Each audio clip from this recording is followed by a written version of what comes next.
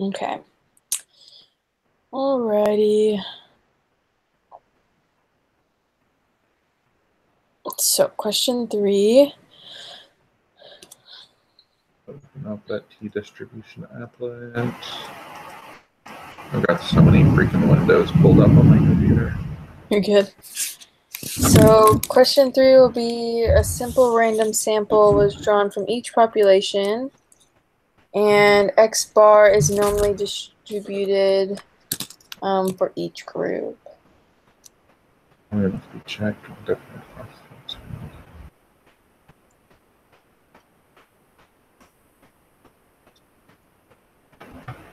Say that again?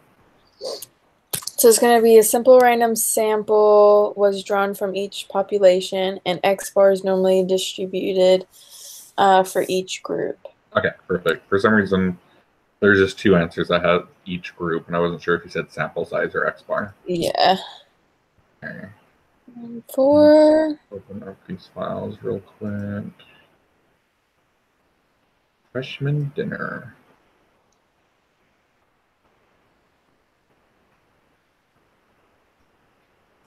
So 4 is t-score. 2 means with independent samples, yes. So what's the F statistic? I have no idea. Okay, correct answer. It's nothing. Oh, oh, like it doesn't ring a bell. Like I said, like when you go in for interviews, if someone throws out just some random acronym and stuff, like Just they could be BSing you. So just be honest. Seriously, especially going into health administration, there's so many acronyms in health. So many. So many. So when do we use the Z-score? So we use a z-score when we have one sample size. Not necessarily. We use the z-score when Think about the 2 different applets. So we get the T-score.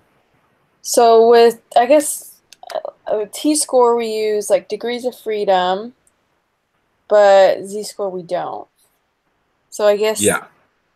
And why do we use degrees of freedom for a T-score? Say that again? Why do we use degrees of freedom for the when we get the T-score?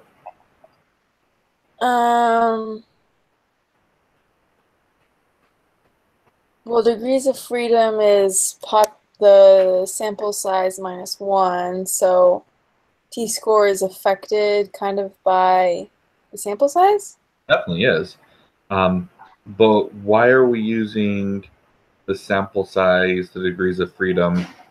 Why are we using an estimate for the T-score as opposed to just using the normal distribution that we use with the Z-score? Sigma is unknown. Oh, perfect. There you go. Okay, I was like, Yeah, I was thinking, I'm like, this is a question. I was like, this is a question that you're probably going to be annoyed when you hear the answer because you're overthinking it and you know it, but you got it right there. So the only time we use Z-score, is when sigma is known. If sigma is not known, we have to estimate it using standard deviation. Standard deviation, then we use our degrees of freedom, and all of that. If we don't have a sigma, we jump to the t-score. So then we use that applet instead. So the only time we use z-score and the only time we use the normal probability applet is if we are given sigma. Okay. Makes sense. Okay, question 5. 2 samples are independent if. Okay. That one's pretty straightforward. That's straight from the reading. Yeah, it's nothing. You know nothing. It tells you nothing about which subjects will be in group 2. Perfect. Okay, next 6 questions is the dentist office bills. So actually, question for you. Shoot. So I feel like there's a lot easier way than counting for like the sample size. Is there a way to where I don't have to count it in Excel? Can I put it in and it'll tell me? Yeah, what you do is equal, count, parentheses, and then the cells. Oh, okay.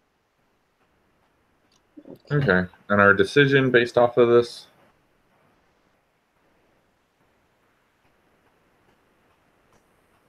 Fail to reject the null.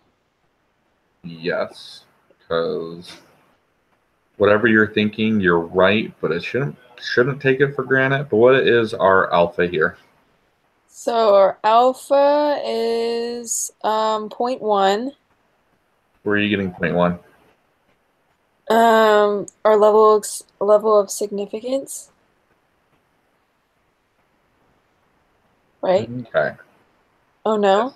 No, you're actually right. Okay, I was like, oh wait, did I I? was no, I was looking at the default sheet that I obviously haven't updated yet, and its confidence level is 95. And for some reason, I thought that that got changed when I put in those numbers in the first two columns. Oh Stupid to yeah. think that that would change that. But yeah, our confidence is 0.1. P is way bigger than 0.1, so we fail to reject the null hypothesis. Yes. So I just Oh, realized, that's actually something we did do wrong. yeah, I didn't change the type of test to less than Yeah, and that's going to change not the the t-value, but it p-value. will change the p-value. Okay. So our p-value is gonna be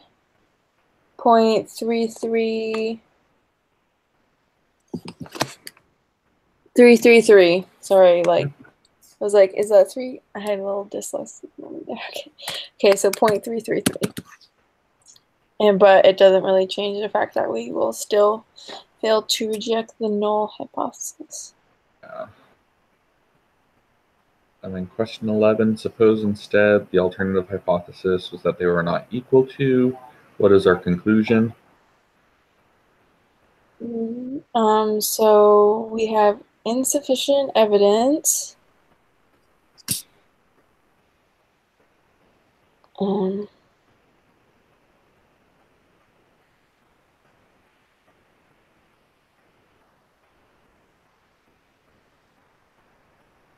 so we have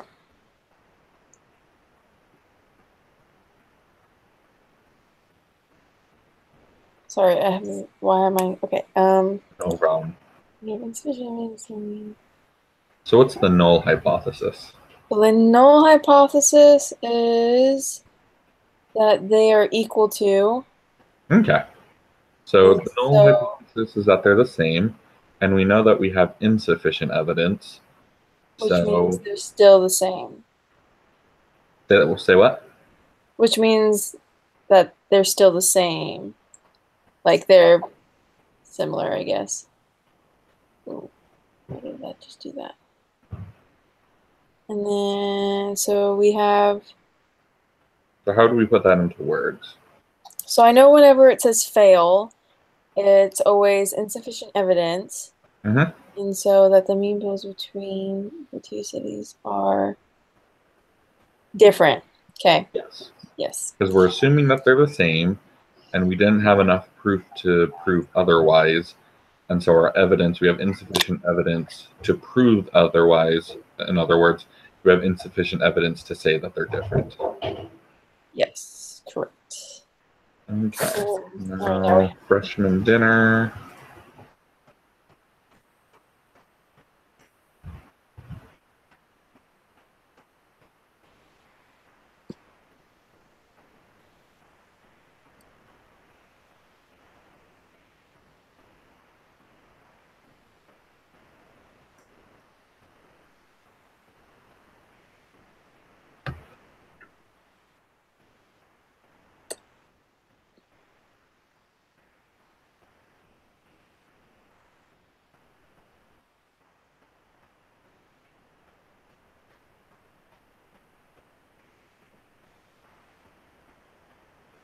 Oh, wait.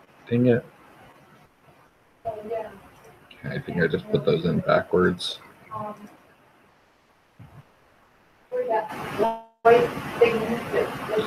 So Utah and Colorado. Okay. So it's specifically saying make sure that variable one is Colorado. which is opposite from how it's set up in Oh, the spreadsheet. yeah. I did it backwards too then. Okay.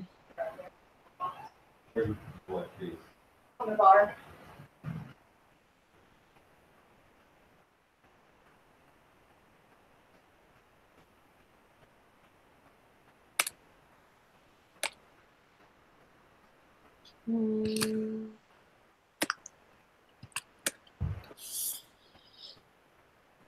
Okay. There we go. Okay. Okay, what am I doing? Okay, wait a second. So Colorado is for variable one, right? Yes. So it's the second column in the spreadsheet, but it needs to go under variable one. Yeah, why do they gotta do that to us? They're annoying. I know, seriously. Okay, sorry, give me a second.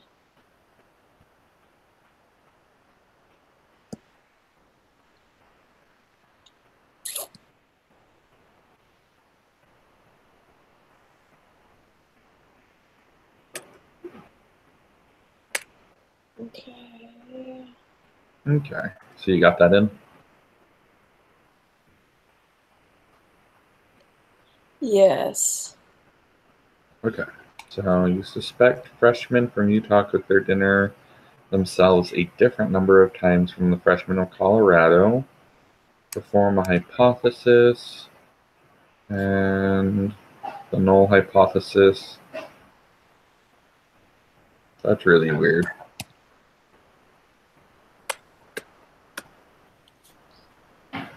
Okay. So our level of significance is 0.05, and there's just a typo there that says the null hypothesis is alternate hypothesis is mu equal to mu2.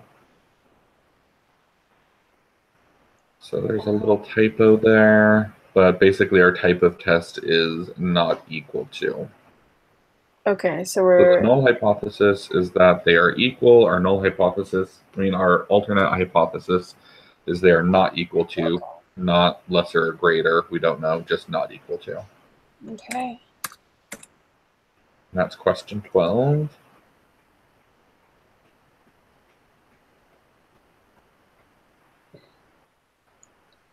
So I got negative 0.845.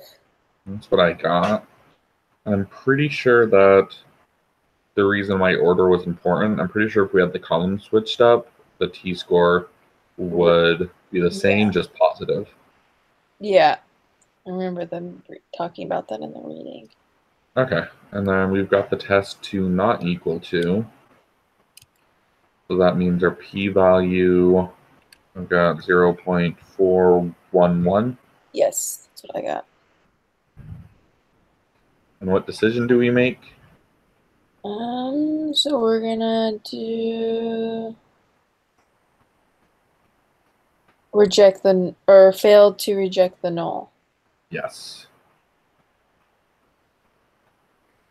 Okay, determine 95% confidence interval for the difference between the two. Put your answers, the margin of error for 95%. Seriously, it's really weird that they threw this assignment in this semester. It's like, you know how to read a spreadsheet. Hmm. Okay, so standard error of the mean. The margin of error.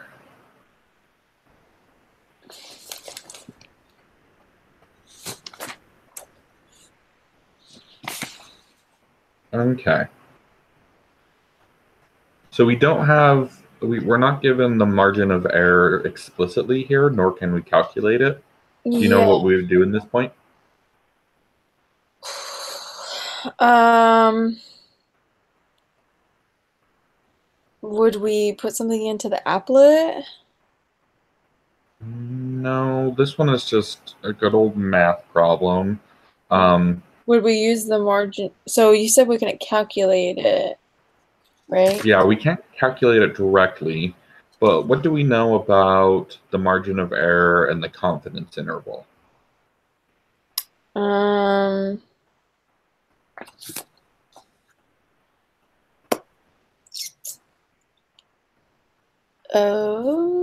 We know that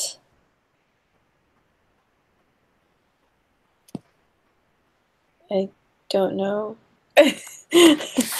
So once we discover the margin of error, what do we we? can say we're like 95% confident. Yes. Well, That to get our confidence interval, what do we do with our margin of error?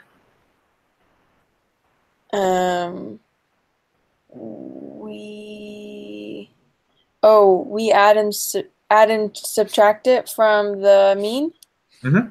Okay. So that means the margin of error is equal to half the size of the confidence interval. Okay, yeah, that makes sense. So that means our confidence interval, we've got a confidence interval of negative 5.147 and 2.214. Mm-hmm. So what we should be able to do is, since one of them's negative, is just add those two together to give us the length of the confidence interval.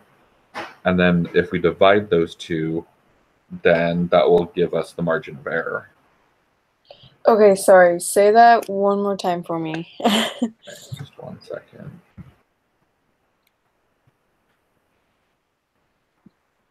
Oops, dang it. Just messed up. Okay, so the confidence interval, we Yes. know that the entire interval itself Mm-hmm. is going to be 2 margin of errors wide, right? Yes.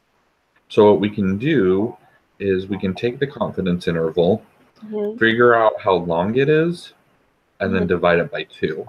Okay, yeah. So we have a negative number, which makes it a little bit, just a little bit backwards. But like, for example, let's say we had a confidence interval of 20 to 40. All Mm-hmm. you'd have to do is go 40 minus 20 divide by 2. And then that lets you know that the mean is 30 and the margin of error is 10. So you go plus or minus 10. So does that make sense? Yes. So in this case, because we have a negative number, we could just go 2.214 plus the 5.147, and then take that 7.36 and divide it by 2. I kind of went through those last two steps really quick, but did that make sense? So when you're talking about the to find the length of the confidence interval, we're using the t-score? No, they give us the confidence interval on the spreadsheet. It's down in Oh. the corner, so it goes t-score, degrees of freedom, p-value, Oh. and then they Sorry. give us the confidence interval. I was like, wait. What?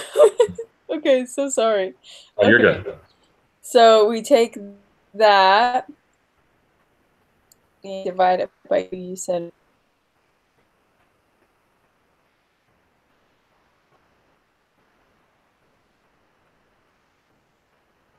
Yeah, so you could either go 2.214 minus negative 5.147, which is plus 5.17, or you could go negative 5.1.47 minus 2.214.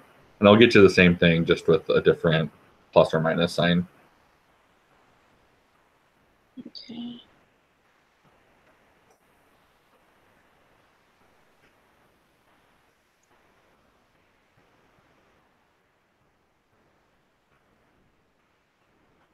Okay, so negative 7.361. Okay, yeah, and then you just divide that by 2. Okay, divide that by 2. Because remember, the confidence interval is 2 margin of errors wide. Okay, so it's negative 3.681. And you're almost there. So what does the margin of error measure? Um, it uh just Well, like that is kind of a hard question because yeah. it's because what it measures is pretty theoretical. It's basically saying that we believe that the mean is here, and we give the mean, and then we put the margin of error around that to say we're confident that it's within this area. But Yeah. let me rephrase it. Let me put it this way. Okay. Um, you, you understand the concept of the margin of error, though, right? You seem to have been you seem to haven't had any problem with that over like the last 2 weeks, so Yeah. you totally understand it. What would it mean if our margin of error was negative? You can't have a negative margin of error. Exactly. Okay. So margin of error will always be positive. So Yeah. you're right with the 3.681. Just take off that negative. I need that. And honestly, it doesn't make a difference because margin of error, we always plus and minus it. Mm-hmm. So even if you had a negative, the fact is plus and minusing it, you're going to get the exact same results. But just as a, just as a practical point, margin of error is always positive just because it doesn't really make sense to have a negative. That's like saying, Yeah. because like I said, like margin of error is kind of the width. It measures the width of the confidence interval. Yeah. It doesn't make sense to have a negative width. To say like my chair, like my table is -2 feet. What does -2 feet mean? You Yeah, know? it's like it has to be 0 or positive type of thing. Exactly. Yeah. Okay. And the But last two questions are just, do you know how to read a spreadsheet?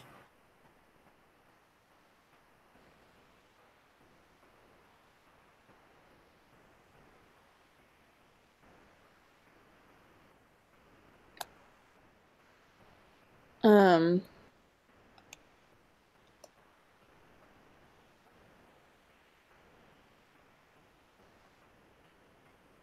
You seeing where to find that? yeah, do we do 15 or is it the confidence interval? Yeah, just the Okay. confidence interval. So just the lower bound and then the upper bound. Okay, so it's -5.147. Mhm. And then the positive is 2.214. Yeah, perfect. Dang, we flew through that. Well, that was like seriously, it was such a weird Super. assignment. It was really easy. I mean, without the Excel sheet, it would have been really hard, but we had the Excel sheet, so it was good. Yes. Okay, So 100% on that. sweet. And yeah, if Monday's lesson is anything like that, we're gonna bust through it real quick. If Awesome. not, then if we're doing two different things, like actual like lesson plus a review, Yeah. even if our Skype is like 3 hours long, that's totally cool because it'll be before my dad gets off work. So they'll Okay. really appreciate that, even if we go long on Monday. Okay, awesome. Yeah, let's plan for noon. That works pretty good for me. And it seems like it works good for you too as well. So, Okay, that's the plan. okay. Awesome. I will talk to you on Monday and enjoy your family time. I'm Okay, super happy that you're with your parents and stuff. So, really sweet. And what's that? I saw a sign. It was like happy half. Is it halfway day. So you the should know something semester about or? me. Okay.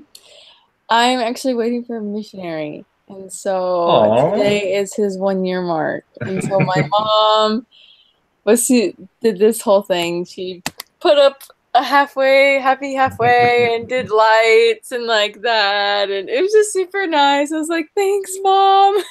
That's super cute. Where So where is he? he's in Alaska. Alaska? Yeah.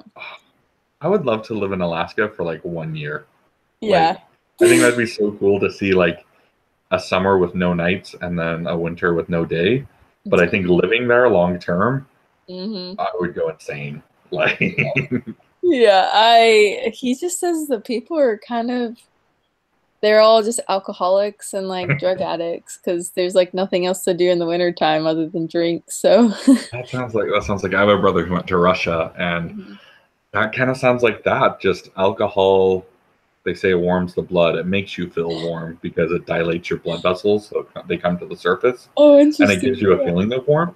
Uh-huh. And so rather than buying thicker clothes, which is too expensive or whatnot, like Mhm. a lot of Russians will just drink to convince themselves that they're warm to feel Ooh. more comfortable.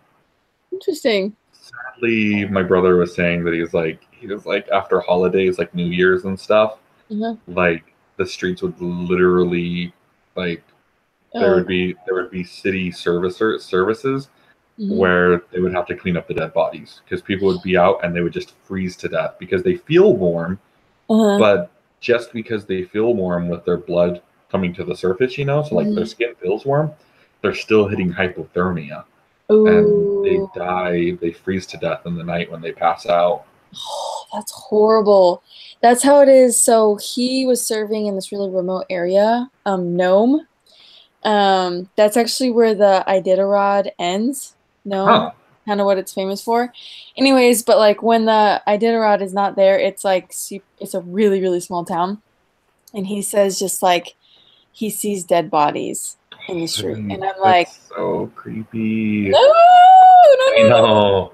no, that's not okay. Not I okay. expect So, that from Russia, but Alaska, that's America. That's crazy. yeah, but he just says it's like a completely different world over there, especially like in Nome. Like right now he's in Anchorage. So he hasn't said he's seen any dead bodies. Maybe he just doesn't tell me anymore. I don't know. But yeah, he in Nome he said he like on a daily basis. I was like, you've got to be kidding. Like that's insane. So That would be super. That would just, I don't know. That would just be can't even. Well, what I can tell you though, he's gonna have plenty of stories when he gets back because there's plenty of things he's not telling you right I now. know, seriously though. I'm like, oh, if he's telling me that, I'm like, what is he not telling me? You know what I'm saying? Yeah, like whenever a missionary gets home, it's time to tell all the stories that you didn't want to scare your family and friends with beforehand. Yep, The yep. worst one was my brother was talking about he served so the one that served in Russia. Uh-huh. He had a companion. They have this nasty type of fly there that will lay its eggs in people. Yeah. No, no, that's so gross. And so the fly laid its egg in his companion, like just right behind the shoulder blade. And they're like worried about it because in America it's kind of like that's super gross. Let's get that out. So they went to a doctor, but the doctor being Russian is more like it's like the equivalent of getting a mosquito bite here. It's just like that's nothing. He's like, Hmm. no, the best procedure is you wait for it to hatch, and then the larva will just chew its way out, and you're done with it. Don't worry about it. Otherwise, we're gonna have to cut in deep, and you're gonna be bleeding. And we'll bandage it up. It's like it's a lot more safe just to let it do its own thing. Oh, no. No, And no, no, no, so no. and so it hatched, but it couldn't get out, That's so and gross. it eventually got to the point that it pupated. So they went back to the doctor, and it has this little cocoon in his back. And Oh. he's like, that's weird. Usually they get out by now, but he's like, when it's fully grown, it'll definitely be able to get out. And then it hatched, and he's got like this fly in his back, and he said he could literally feel it flapping its wings in his back. Uh-uh. And that's the point that my brother just went over to this, like turned on the stove, like just cauterized his pocket knife and just cut it out of his companion. It's disgusting. But that is I that is don't by think I far could sleep knowing that a live bug was in my skin. You know what I'm saying? Just like, yeah. But that's the thing is that like they went to the doctor and the doctor was like, no, that's just common here. Just let it go out. But you have to realize he went right after the fall of communism. Like he would think was in the second batch of missionaries to go out there. oh, wow. So it was just like untamed territory. Like it was the freaking Wild West all over again. It was insane. Oh, But that is by far one of the weirdest stories I've ever heard. yeah, that's insane. Oh my God. Well, that's very, mm, I'm glad we don't have those in America. That's all I gotta say. That's all I gotta say. Well, happy halfway day. I'm excited for you. Thanks. I'm excited too. It like feels like a never-ending journey, but I finally feel like, we're getting somewhere, so it's good. He'll be back before you know it. In fact, I think what? Yeah, it's like you wait around and the Avengers 4 comes out, which everybody is waiting for, and then he'll be Cool. back. Yeah. And it'll Yeah, be fun. It'll it'll just be be like great. right after the Avengers 4. So Oh it's yeah. like it'll be harder waiting for the Avengers 4 to come out than for him to come. And then all of a sudden the Avengers 4 is back and you're just Oh. like, "Oh wait, he'll be back in like 2 weeks or something." I'll be like, oh, this is great. You're like Yeah. back already. Whoa. So just focus on that and time will just fly by. It's just so weird. Count down or something else, and then like all of a sudden you're like, whoa, it's here. You should have like two. You should make like those countdown chains, just out of colored So cool. paper. Yeah. And you should make two of those, one for the Avengers and then one for him, and his will be like slightly longer. And you Yeah. can just send him pictures and stuff of just being like, "Oh my gosh, look, it's like whatever. It's like 285 days till the Avengers, and then plus 12 for you." Like, Woo! I'm sure he would love to see that. That'd be awesome. That's a good idea. I really should do that. Oh man, my cheeks hurt from smiling. Oh goodness. Whew. Anyways. Okay, well, thanks for being so flexible with me Yeah, this no, week I mean and next it's week. it's no big deal. But yeah, I will see you noon on Monday. Okay, And if it changes, just let me know. okay, we'll do. Thanks again, Sarah. Okay. See ya.